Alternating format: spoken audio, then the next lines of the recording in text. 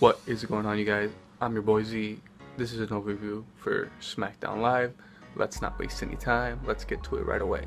Alright, we had the general manager Daniel Bryan opening up the show. He addressed what Dolph Ziggler did last week when he left the US title in the ring and he just walked out. Alright, so Dolph Ziggler didn't return any of Daniel Bryan's text or calls, so Daniel Bryan says that means Ziggler relinquishes the US title.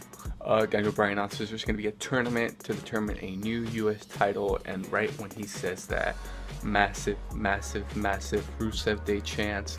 That dude is so freaking over, and it is amazing because he is really underutilized and he should be higher up the card than he really should be. I think he should have been a world champion by now. As Daniel Bryan was announcing the matches, he is interrupted by Chad Gable and Shelton Benjamin. And Benjamin and Gable are greeted by Chicago with huge Rusev Day chant. Gable and Benjamin go on to state why they should be the #1 contenders for the tag team champions.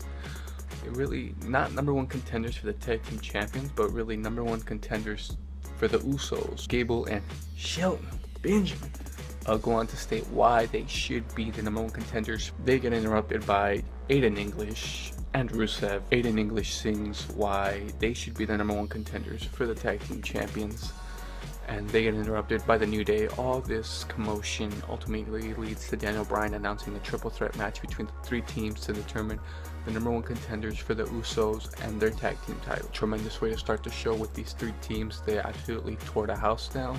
I think the show peaked right after this match, honestly. That's how good this match was. Chad Gable is an absolute freak of nature. The German suplex, Big E, and Aiden English. I know it was an assisted spot, but still absolutely amazing feat by Chad Gable.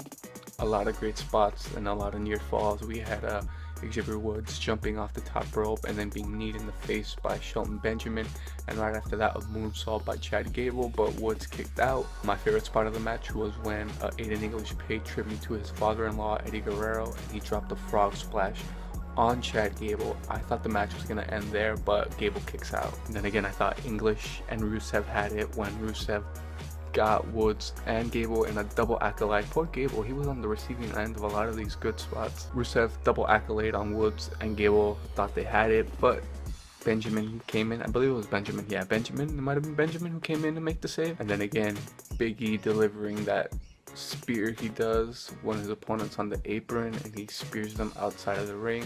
Really dangerous spot, but this time Big E didn't look like he killed himself. It actually looked pretty smooth. Chad Gable and Shelton Benjamin ended up picking up the victory. To my surprise, I thought when they saw how over Rusev and English was, they were going to give them the push, but it appears not yet. Looks like Gable and Benjamin are going to get their shot at the Usos, but you know, it was a tremendous way to kick off the show. Those three teams absolutely tore the house down. Then we had Daniel Bryan and Shane McMahon. You know what? I really want Shane McMahon off my television. Like, I like Shane, but he's just getting a little too involved into these storylines, and it's kind of like revolving around him, kind of, the show. I don't like that. I mean, you started questioning Daniel Bryan. Why did he create the US title tournament? It should have just been Baron Corbin given a chance to regain his title. Like, the US title tournaments can be great television. What the heck are you doing, Shane? And then he asked why KO is facing AJ Styles. Daniel Bryan countered with logical reasoning to Shane McMahon's personal bias. Honestly, Shane should just stay off TV for a while and then come back and embrace that heel persona that Shane's been giving off recently. Then the Ascension gave Breezango a late Christmas present. They got them a match against the Bludgeon Brothers. What a nice gift.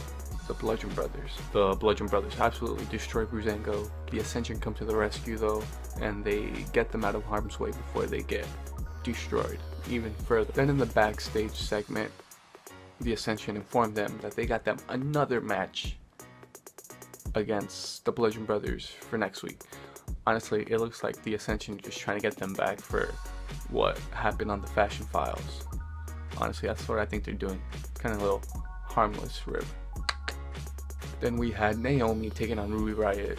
Honestly, I blinked and the match was over. Really quick match.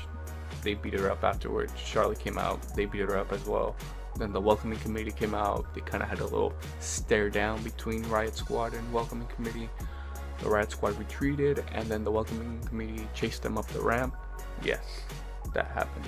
Don't exactly know what any of it means yet, but it happened. So yeah. Then the US title tournament, first match, former champion Baron Corbin against glorious Bobby Roode. Bobby Roode won the match. I expect Bobby Roode to be in the finals of that tournament.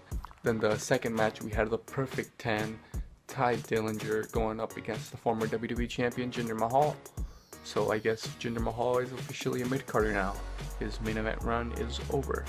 Jinder Mahal ended up taking up the victory. I think it's going to be him and Bobby Roode in the finals. Another backstage segment between Randy Orton. He enters himself into the Royal Rumble. I sense a little heel-ish promo there by Randy Orton. And then Nakamura comes from behind, and then he announces that he's going to be in the Royal Rumble. And then finally, our main event, AJ Styles versus Kevin Owens, KO. This is probably the best match they had in their feud, honestly, which is kind of surprising when you think Kevin Owens and AJ Styles.